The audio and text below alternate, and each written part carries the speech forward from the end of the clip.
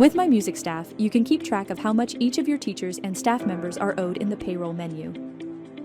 To enable payroll features, click on the teacher's profile and go to the Payroll tab.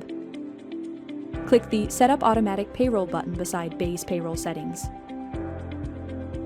Choose how you would like to calculate this teacher's payroll, whether they should be paid a flat hourly rate or a percentage of revenue, how makeup credits are used, and their pay rate. If you'd like the new pay rate to apply to events already on the calendar, select Apply Base Payroll Settings to existing events on the calendar and set a start date. Click Save.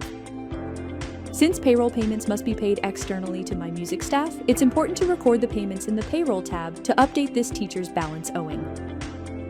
Click on Add and select whether you're adding a payment, income, or a deduction, and follow the prompts to add this payment.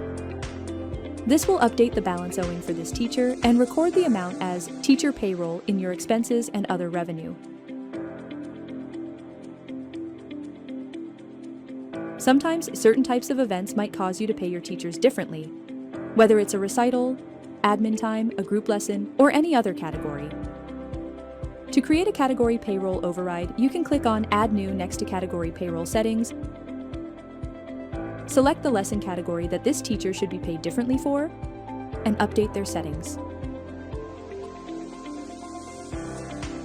If you'd like to create a payroll override for a category that overrides all of your teachers, you can use the Event Category Payroll Override option in the Calendar Categories editor.